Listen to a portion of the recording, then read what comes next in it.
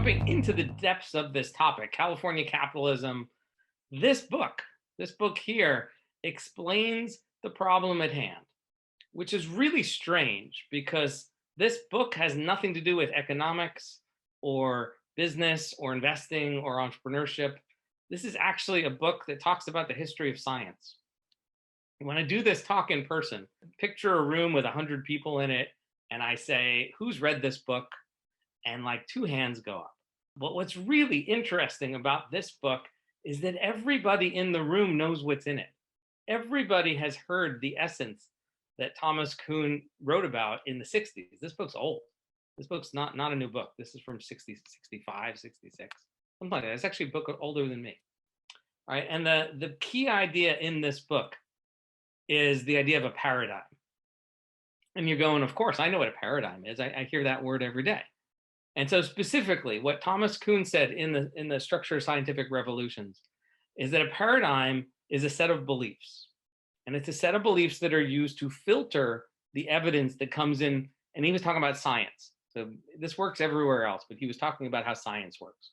So you believe, for example, that the sun goes around the earth because you've seen that every single day when the sun comes out.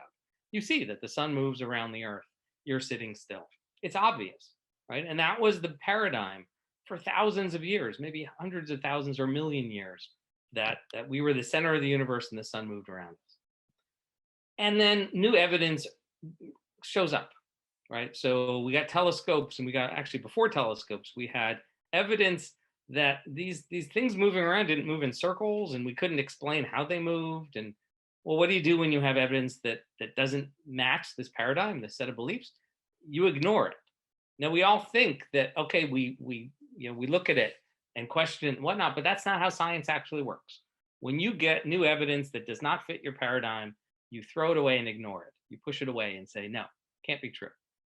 And you keep doing that as a group, individually and as a group, until there's so much evidence that you just can't keep doing that you have to do something else. So let's talk about this paradigm of California VC investing, right? So it's not California capitalism as in a different way to do capitalism. That's just a shortcut that I found on the internet for this paradigm of how you invest in startups.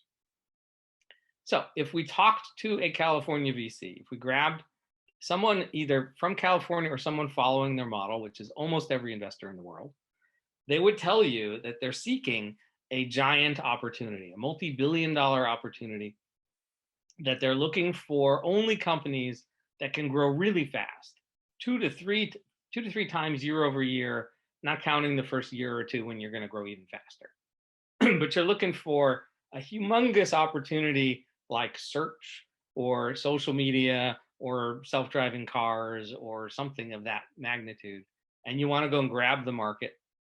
You need a great team to go execute it. If you ask investors what they invest in, they always say it's team, team, team, but they never actually state these first 2 assumptions that's built into the paradigm.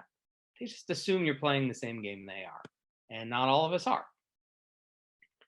All right, now, also what they don't state, right, publicly, until you fill them with drinks and talk to them, is what they really need is all this, and they need a plan that can burn a lot of capital in their fund.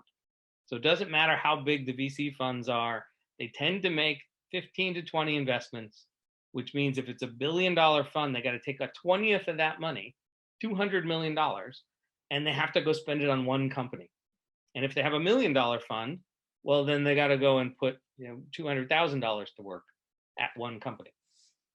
I forgot that 20s wrong. I think that's 5 and 5, 50 million and 5 million. Anyway, they got to go burn a lot of money. Is also part of their paradigm.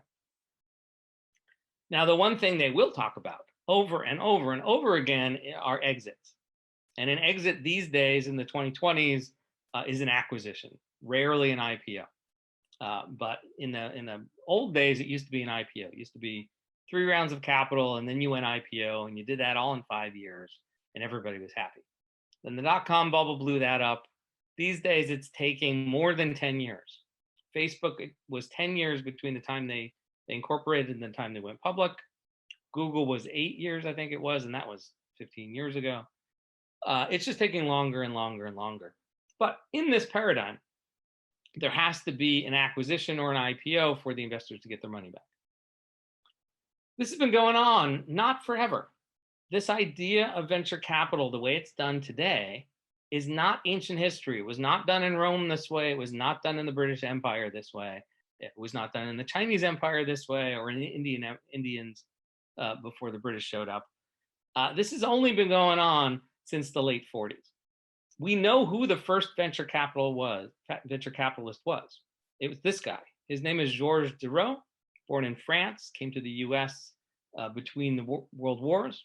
And he is the first venture capitalist. That's one of the books that's written about him, because he really was the first venture capitalist in the modern era in the United States and anywhere. He ran a company called American Research and Development. It was founded in 1946.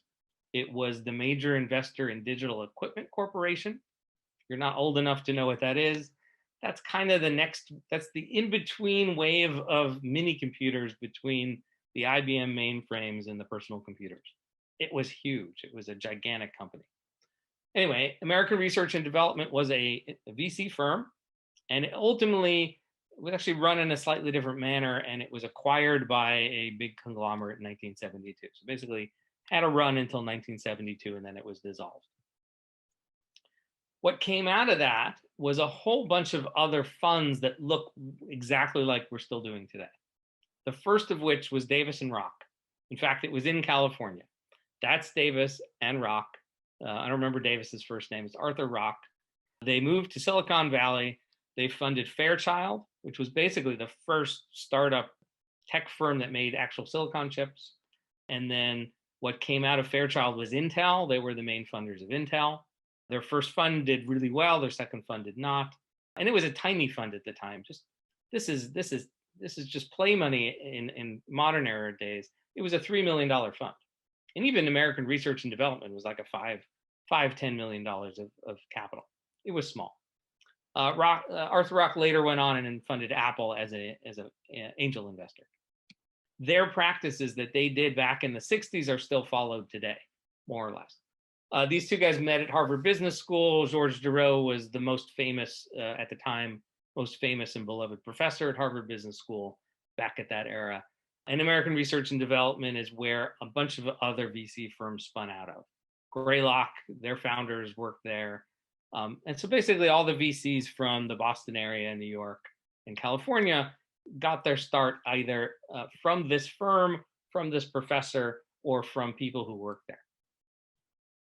And just to put this in context of what we're talking about in time, this is kind of the same era of the Beatles, right? The Beatles were on Ed Sullivan in 1963.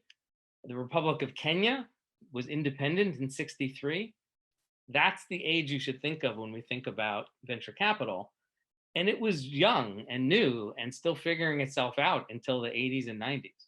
It wasn't a big industry until the early 90s. The dot-com bubble was where it really took off and went the wrong direction, but that's a whole other story.